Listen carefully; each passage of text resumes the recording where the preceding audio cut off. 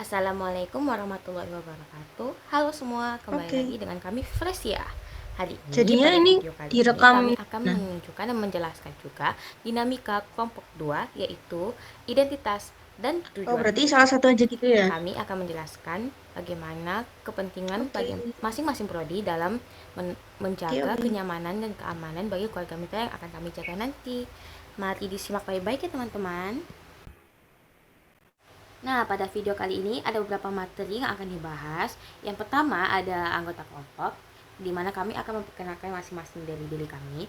Yang kedua ada nilai-nilai IPE. Yang ketiga adalah gambaran mahasiswa strategi memulai komunikasi dan pendekatan keluarga mitra. Yang keempat strategi komunikasi. Yang kelima rencana eksplorasi. Dan yang keenam adalah kesimpulannya akan kami bawakan. Mari kita menuju ke anggota-anggota kelompok. Bisa kita mulai dari yang paling ujung. Silahkan.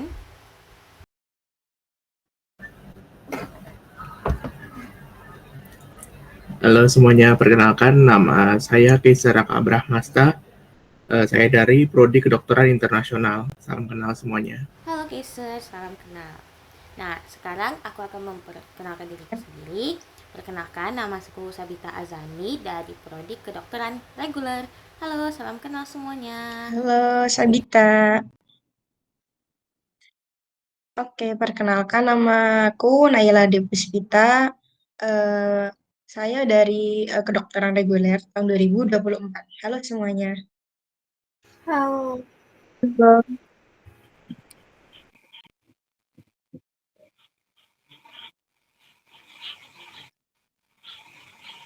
halo semuanya. Nama saya Andin Kairunisa. Saya dari Kedokteran Reguler. Halo Nisa. Halo semuanya, perkenalkan nama aku Faria Anjarin. Saya dari keperawatan. Halo semuanya. Halo, Fadia. Halo semuanya, perkenalkan nama aku Nisrina Kusmawanti Hanifah dari Program Studi Gizi 2024. Halo, Nisha.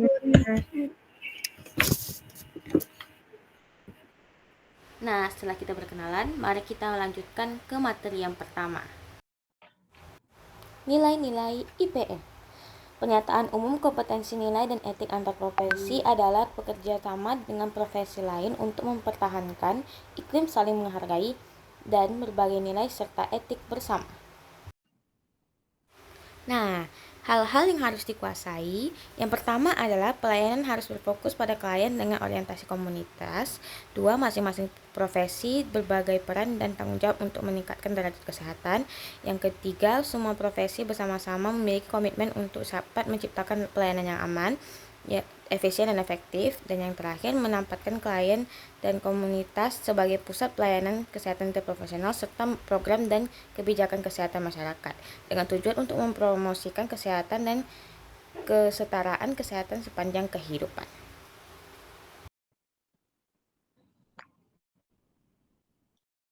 Oke, selanjutnya saya akan menjelaskan nilai PPE yang selanjutnya itu peran dan tanggung jawab. Setiap profesi harus mengetahui, menghargai, dan bertanggung jawab atas peran masing-masing agar tidak terjadi konflik antar profesi yang diakibatkan buruknya komunikasi, penghargaan, dan tanggung jawab dalam bekerja.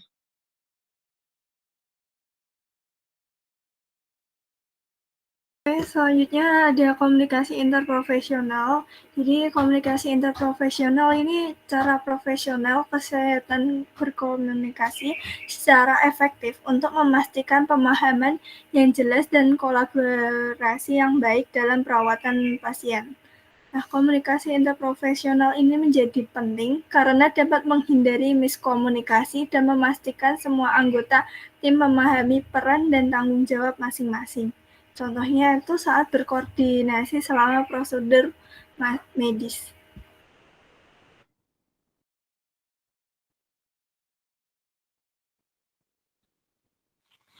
Baik, yang selanjutnya adalah tim dan kerja sama tim. Tim interprofesional terdiri dari berbagai profesi kesehatan yang saling bekerja sama untuk memberikan perawatan terbaik kepada pasien. Kerjasama tim penting untuk menumbuhkan perawatan yang lebih komprehensif dan meningkatkan keselamatan pasien. Nah, 3 faktor tim yang solid yaitu yang pertama itu ada individu, yang kedua ada lingkungan, dan yang ketiga ada kolaborasi tim. Tim yang solid dapat terbentuk dengan saling mengenal antar anggota dan menjalin komunikasi yang baik. Baik, kita sekarang memasuki materi gambaran strategi mahasiswa dari masing-masing prodi untuk memulai komunikasi dan pendekatan ke keluarga mitra. Mari kita dengarkan strategi dari masing-masing prodi, itu prodi kedokteran, prodi gizi, dan prodi keperawatan. Silahkan teman-teman, dengan materinya dipersilahkan. Jadi saya akan mengambil alih, saya akan menjelaskan tentang tugas dari kedokteran. Oke, kita tahu bahwa kedokteran itu adalah salah satu tenaga medis yang akan bekerja sama dengan tenaga medis yang lainnya seperti ahli gizi dan ahli perawat. Nah, dalam kedokteran kita mempunyai 4 inti utama dalam melakukan pemeriksaan pada pasien. Yang pertama itu ada mewawancarai dan mengumpulkan data tentang riwayat kesehatan atau anamnesis. Terus yang kedua melakukan pemeriksaan fisik, yang ketiga melakukan diagnosis, yang keempat memberikan tatkala terapi. Nah, di sini saya akan menjelaskan yang pertama membina hubungan yang baik dengan pasien. Nah, di sini kita tahu cara kita sikap kita terhadap masyarakat yang akan kita rawat. Nah, contohnya seperti misalkan pasien datang, kita disambut dengan, "Oh, selamat pagi, Bu," atau Pak, tuh. Terus kita langsung menanyakan, "Bagaimana kabar Ibu? Oh, saya boleh minta nama Ibu, umur Ibu?" Nah, di saat itu kita mencatat. Nah, otomatis dengan, pertanyaan seperti itu, kita akan membuat nyaman pada masyarakat yang akan kita periksa. Selanjutnya nomor 2, upaya mendengarkan cerita pasien. Setelah kita menulis data-data dari pasien tersebut, kita melakukan pertanyaan atau kita mengajukan hal-hal yang agar pasien itu ingin menceritakan atau kondisi yang sebelumnya pasien itu alami. Jadi di situ kita akan mendengarkan cerita tersebut dengan kita menulis dari cerita yang dialami itu. Nah, yang nomor 3 lanjutannya itu adalah upaya merangkum dan konfirmasi ulang cerita pasien. Setelah kita menulis apa yang telah diceritakan oleh pasien, kita rangkum, kita tujuan dari dirangkum ini agar kita lebih jelas penyakit apakah yang dialami oleh pasien dan kita konfirmasi ulang, misalkan jadi ibu mengalami sakit perut dalam 2 hari misalkan, atau kita berbicara ini daerah perut, daerah sini ada luka sedikit ya Bu ya, itu misalkan itu. Terus selanjutnya menanyakan alasan pasien datang. Nah, kita harus menggarisbawahi di sini bukan dengan intinya hati-hati dalam menanyakan alasan, bukan seperti kok kok datang ke sini alasannya kenapa, bukan seperti itu ya. Jadi menanyakan alasan pasien itu datang tuh seperti contoh seperti ini. Jadi ibunya sudah merasakan sakit perut selama 2 hari terakhir ya. Kenapa baru diperiksakan, Bu? Itu maksud alasannya itu seperti itu. Kenapa baru diperiksakan, Bu? Nah, ibunya mungkin akan menjawab, "Mungkin baru sakit sekarang, Dok," apa gitu. Nah, selanjutnya, upaya membuat pasien nyaman selama proses pemeriksaan. Nah, setelah kita menanyakan, anamnesis dan yang lain-lainnya di awal tadi, kita membicarakan apa yang harus kita lakukan setelah, mewawancarai pasien kita tersebut. Seperti contoh, Ibu, jadi setelah saya melakukan, mendengarkan cerita Ibu mungkin mengalami sakit ini, seperti itu. Nah, untuk kita untuk saya sebagai dokter, mengetahui kebenaran sakit ini, saya membutuhkan pemeriksaan fisik. Seperti, mungkin saya akan sedikit memeriksa atau melihat bagian perut ibu yang sakit. Yang kedua, saya mungkin akan sedikit mengetuk-ketuk bagian perut yang ibu sakit. Dan saya mungkin akan mendengarkan dengan stetoskop pada daerah perut tersebut. Dengan ini saya minta izin, meminta persetujuan kepada Ibu untuk menindaklanjuti kegiatan pemeriksaan fisik tersebut. Apakah Ibu setuju untuk saya melanjutkan? Nah, setelah Ibu itu atau Bapak atau Ibu tersebut setelah setuju, maka kita langsung melaksanakan pemeriksaan fisik tersebut dengan mempersilahkan pasien kita itu mengarah ke tempat tidur tersebut. Baru kita melaksanakan pemeriksaan fisik dilakukan dengan senyamannya pasien karena di dalam dunia medis dalam tenaga medis kita mengutamakan kenyamanan pasien. Nah, selanjutnya nomor 6 dialog dua arah untuk pengambilan keputusan klinis. Nah, setelah kita melaksanakan pemeriksaan fisik, kita berbicara dua arah dengan pasien tersebut. Jadi kita tidak hanya berkata apa yang kita inginkan seperti ibu harus ini, ibu harus ini, tapi kita juga mendengarkan persepsi dari perspektif dari masyarakat atau pasien tersebut. Tuh. Nah, selanjutnya memberikan rasa empati dengan tingkatan level 5. Nah, kenapa kita harus memberikan rasa empati?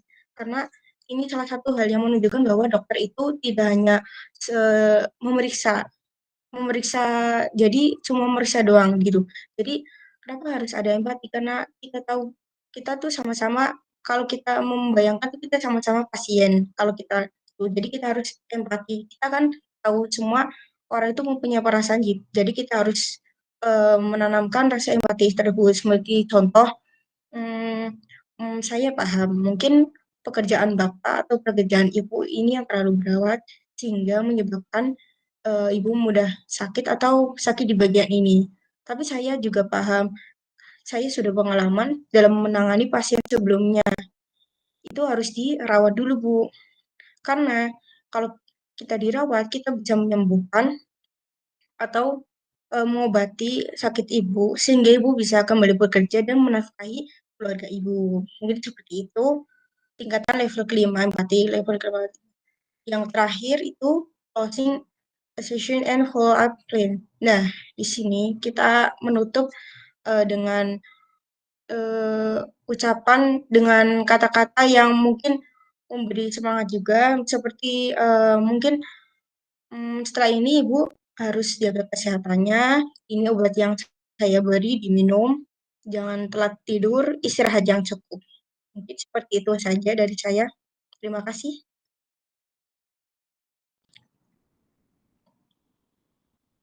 Aku lanjutin ya. Oke. Dari gambaran dari prodi ilmu keperawatan itu emang beda dari kedokteran. Jika kedokteran itu fokusnya kondisi patologisnya pasien dan cara penyembuhannya, tapi jika di keperawatan itu fokusnya itu dalam responnya pasien, mengevaluasi perasaannya pasien itu yang utama. Nah, strategi gambaran dari keperawatan ini contohnya seperti mampu mengenali perasaan klien agar dapat menciptakan hubungan terapeutik yang baik dan efektif. Nah, hubungan terapeutik ini tuh sebagai obat bagi pasien, terus kemudian mampu bersikap sensitif terhadap perasaan klien, mampu menjaga lisan dari berkata atau melakukan hal-hal yang menyinggung privasi ataupun perasaan klien, mampu membuka diri terhadap pasien untuk menumbuhkan kepercayaan di awal pertemuan. Nah, kepercayaan ini sangat penting ya untuk pengkajian keperawatan. Terus berhadapan langsung dengan orang yang diajak komunikasi mempunyai arti bahwa komunikator siap untuk berkomunikasi. Kemudian seorang perawat itu harus mempertahankan kontak, terus sikap tubuh itu ke arah klien, tetap rileks, dan membangun hubungan dengan pasien dengan memberikan fakta, informasi mengenai penyakit, dan mengolah arti bersama pasien. Nah, kita itu harus memberikan caring yang jujur dan tulus melalui komunikasi yang efektif dengan klien. Kemudian,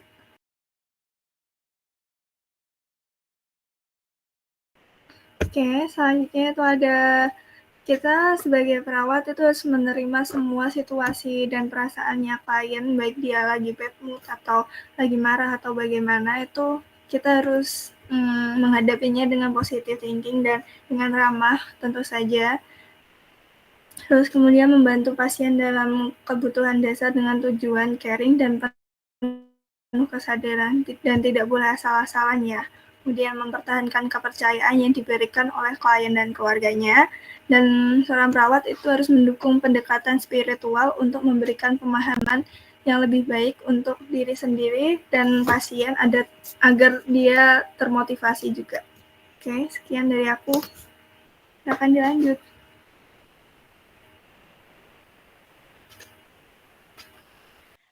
Baik, untuk memulai komunikasi dan pendekatan ke keluarga mitra dalam sudut pandang gizi ada beberapa empatik. Nah, ini tuh bisa dimulai dari memperkenalkan diri secara hangat, mendengarkan kebutuhan dan kekhawatiran keluarga, serta memulai percakapan ringan tentang keseharian keluarga, makanan favorit, kebiasaan makan, dan aktivitas fisik mereka. Nah, dengan begitu akan membantu diskusi ini tuh lebih lanjut tanpa tekanan gitu. Yang selanjutnya adalah pendekatan kolaboratif. Hari-hari, siapa yang menyiapkan makan, apakah ada anggota yang dengan kondisi kesehatan khusus, dan apa tantangan terbesar dalam menjaga pola makan sehat. Nah, hal tersebut tuh akan membantu mengeksplorasi kondisi tanpa menimbulkan kesan menilai. Dan yang ketiga yaitu mengidentifikasi kondisi spesifik keluarga. Nah, itu bisa dengan menganalisis kondisi kesehatan keluarga, dengan menanyakan riwayat kesehatan keluarga, alergi makanan, dan juga memahami kebiasaan makan mereka. Mulai dari frekuensi makan, jenis makanan yang dikonsumsi, hingga jadwal makan. Serta juga memahami kendala ekonomi atau budaya yang mempengaruhi pilihan makan. Berikutnya adalah memberikan rekomendasi diet sesuai dengan budaya dan kebiasaan lokal agar membuat perubahan lebih mungkin diterima dan dilakukan juga, memberikan solusi yang praktis, misalnya dengan menyarankan resep yang cepat dan sederhana namun tetap bergizi. Yang kelima yaitu melakukan edukasi dan pemberdayaan. Hal ini bisa dilakukan dengan menjelaskan manfaat dari perubahan pola makan atau gaya hidup dengan bahasa yang mudah dimengerti. Juga bisa mengajarkan keterampilan dasar seperti membaca label makanan, merencanakan makanan, atau menghitung kebutuhan kalori sesuai usia dan aktivitas keluarga. Dan yang terakhir yaitu tindak lanjut dan dukungan yang berkelanjutan, yaitu bisa dengan konsultasi secara berkala dan memastikan keluarga merasa nyaman untuk menghubungi kita kapan saja mereka membutuhkan panduan tambahan. Tuh, segitu saja dari saya. Bisa dilanjut. Saya izin ambil alih. Strategi komunikasi baik dari kedokteran, keperawatan maupun gizi. Yang pertama adalah lakukan pendekatan secara terbuka dan personal. Kita harus saling mengenal dengan pasien agar kita dapat mengenal karakteristik keluarga ataupun pasien itu sendiri dan menumbuhkan rasa kepercayaan antara kedua pihak. Yang kedua adalah tunjukkan empati dan berikan dukungan emosional. Sebagai tenaga kesehatan, kita harus dapat berempati terhadap pasien. Oleh karena itulah, empati merupakan hal yang penting untuk dimiliki, baik itu mendengarkan keluhan pasien dengan baik, ataupun melakukan tugas kita secara benar tanpa menyakiti pasien. Yang ketiga adalah berikan edukasi kesehatan kepada pasien. Sebagai tenaga kesehatan, kita memiliki pengetahuan yang lebih dalam hal kesehatan. Oleh karena itu, kita harus dapat mengedukasi pasien secara pengetahuan langsung ataupun secara praktik agar pasien itu dapat lebih mengerti tentang kondisinya. Yang keempat, kita harus melibatkan pasien dalam pengambilan keputusan. Sebagai tenaga kesehatan, kita harus melakukan segala hal atas persetujuan pasien yang bersangkutan. Maka kita harus melibatkan pasien dalam pengambilan keputusan agar tidak terdapat masalah yang dihadapi baik dari sisi keluarga pasien ataupun dari sisi kita sendiri. Yang kelima, kita harus membuat suasana yang nyaman dan akrab untuk semua pihak. suasana dan interaksi antara tenaga kesehatan dan pasien yang nyaman dan akrab akan membuat segala hal yang dilakukan tidak canggung atau membuat stres, baik dari pihak pasien atau dari pihak tenaga kesehatan. Maka membuat suasana yang nyaman dan akrab merupakan hal yang penting untuk dilakukan. Yang terakhir, kita harus memperhatikan gaya komunikasi verbal dan non-verbal. Kita harus dapat mengetahui perasaan pasien baik secara verbal dan non-verbal. Dengan itu, kita dapat membuat keputusan yang tepat dalam berkomunikasi dengan pasien tanpa membuat sakit hati ataupun salah mengerti dari satu pihak. Seperti itu saja.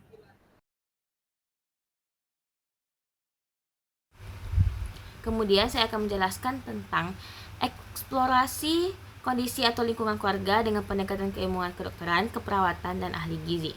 Nah, mengeksplorasi kondisi atau lingkungan keluarga dengan pendekatan keilmuan kedokteran, keperawatan, ahli gizi dapat dilakukan melalui pendekatan holistik yang memadukan pengetahuan dari ketiga bidang tersebut. Yang pertama ada pendekatan kedokteran. Pemeriksaan medis keluarga dapat dilakukan oleh seorang dokter untuk mengetahui kondisi fisik masing-masing anggota keluarga melalui anamnesis atau riwayat kesehatan dan pemeriksaan fisik kedokteran dan dapat mengidentifikasi masalah kesehatan yang mungkin ada dalam keluarga. Cara berikutnya ada deteksi penyakit keturunan. Kedokteran juga memegang peran penting dalam mengeksplorasi riwayat penyakit keturunan yang mungkin berpotensi diturunkan dalam keluarga, seperti diabetes, hipertensi, atau kanker. Dan cara yang dapat dilakukan juga adalah konseling kesehatan. Memberikan konseling tentang pencegahan penyakit melalui vaksinasi, screening penyakit tertentu, dan penanganan faktor risiko kesehatan yang mungkin terkait dengan lingkungan atau pola hidup keluarga. Dan yang kedua adalah pendekatan yang dilakukan oleh keperawatan. Dapat melakukan yang pertama, asuhan keperawatan keluarga. Perawat dapat menilai kondisi kesehatan fisik, mental, dan emosional keluarga. Fokusnya adalah pada pemberian asuhan langsung, edukasi kesehatan, dan pendampingan dalam manajemen penyakit kronis di rumah. Yang kedua adalah promosi kesehatan. Perawat seringkali memberikan edukasi tentang perilaku hidup sehat, kebersihan lingkungan, serta cara-cara mengelola stres dan kelelahan yang mungkin muncul dalam keluarga. Dan yang ketiga adalah home visit atau kunjungan rumah. Melalui kunjungan rumah, perawat dapat melakukan penilaian kondisi lingkungan fisik rumah tangga, kebiasaan sehari-hari, serta interaksi sosial antar anggota keluarga. Hal ini membantu dalam memetakan faktor-faktor yang mempengaruhi kesehatan keluarga secara keseluruhan. Dan yang ketiga adalah pendekatan yang dilakukan oleh ahli gizi. Penilaian status gizi adalah salah satu cara yang dapat dilakukan oleh ahli gizi melalui asesmen atau gizi setiap anggota keluarga melalui pengukuran antropometri atau berat badan, tinggi badan, indeks massa tubuh, pola makan serta riwayat konsumsi makan. Yang kedua adalah pengelolaan nutrisi. Berdasarkan hasil asesmen, ahli gizi dapat memberikan rekomendasi pola makan sesuai dengan kondisi kesehatan masing-masing anggota keluarga. Ahli gizi juga bisa menyesuaikan kebutuhan gizi khusus seperti pada penderita diabetes, hipertensi, atau anak dengan gizi buruk. Dan yang ketiga, cara yang dapat dilakukan yang ketiga adalah edukasi gizi keluarga. Ahli gizi dapat membantu keluarga memahami pentingnya keseimbangan nutrisi dalam makanan sehari-hari, serta mendorong perubahan perilaku makanan yang lebih sehat dalam rumah tangga. Nah, kita juga dapat melakukan pendekatan integratif, yaitu untuk mengeksplorasi lebih komprehensif kolaborasi antara ketiga bidang ini sangat diperlukan. Dengan cara yang pertama adalah kolaborasi interdisipliner. Dokter, perawat, dan ahli gizi dapat bekerja sama untuk merancang rencana perawatan yang menyeluruh di mana setiap anggota keluarga mendapat intervensi yang sesuai dengan kebutuhan kesehatannya. Yang kedua ada penilaian lingkungan, yaitu evaluasi terhadap lingkungan tempat tinggal juga perlu diperhatikan apakah ada fokus risiko yang mempengaruhi kesehatan seperti kualitas udara, kebersihan lingkungan, atau akses terdapat makanan sehat. Dan yang ketiga adalah pencegahan edukasi. Program-program kesehatan keluarga yang melibatkan edukasi tentang gizi, kebersihan, dan gaya hidup sehat dapat dijalankan bersama oleh dokter, perawat, dan ahli gizi untuk meningkatkan kualitas hidup seluruh keluarga. Pendekatan integrasi seperti ini memungkinkan identifikasi dini masalah kesehatan dan penanganannya yang tepat, serta memberikan edukasi yang mendukung keluarga dalam mencapai kesehatan yang optimal. Itu saya dari saya, dan materi selanjutnya akan dibawakan oleh teman saya. Saya izin ambil alih. Dari materi sebelumnya, kita dapat simpulkan bahwa berdasarkan dengan 3 bidang keilmuan, kita membuat strategi dan rencana agar kita bisa bekerja sama dan berkomunikasi dengan baik. Selain itu, strategi dan rencana itu sangat penting dalam lingkungan keluarga. Kita bisa melakukan pendekatan secara terbuka dan personal, dan bisa bekerja sama dengan lancar untuk memastikan keluarga mitra dapat membentuk gaya hidup yang sehat. Dengan kerjasama yang baik, kita bisa membantu keluarga sehat yang optimal. Bisa dilanjut. Oke, kesimpulan 1 dari strategi itu, kita bisa mengambil beberapa hal yang ada di strategi tersebut. Yang pertama, kita bisa menunjukkan empati dan memberikan dukungan emosional, dan kita bisa berikan edukasi kesehatan kepada keluarga mitra. Kesimpulan 2, selain strategi itu, kita juga bisa mengambil beberapa hal di rencana itu. Rencana untuk membentuk gaya hidup yang sehat dan bisa terhindari dari penyakit yang dapat terjadi. Baik, itu saja dari penjelasan dari kelompok kami, kelompok Fresia. Semoga isi dari video ini dapat membantu kita semua untuk lebih mengerti apa saja kepentingan dari masing-masing prodi dalam menjaga sebuah keluarga mitra. Terima kasih telah memberikan waktu dan memberikan perhatian Anda terhadap video ini. Wassalamualaikum warahmatullahi wabarakatuh.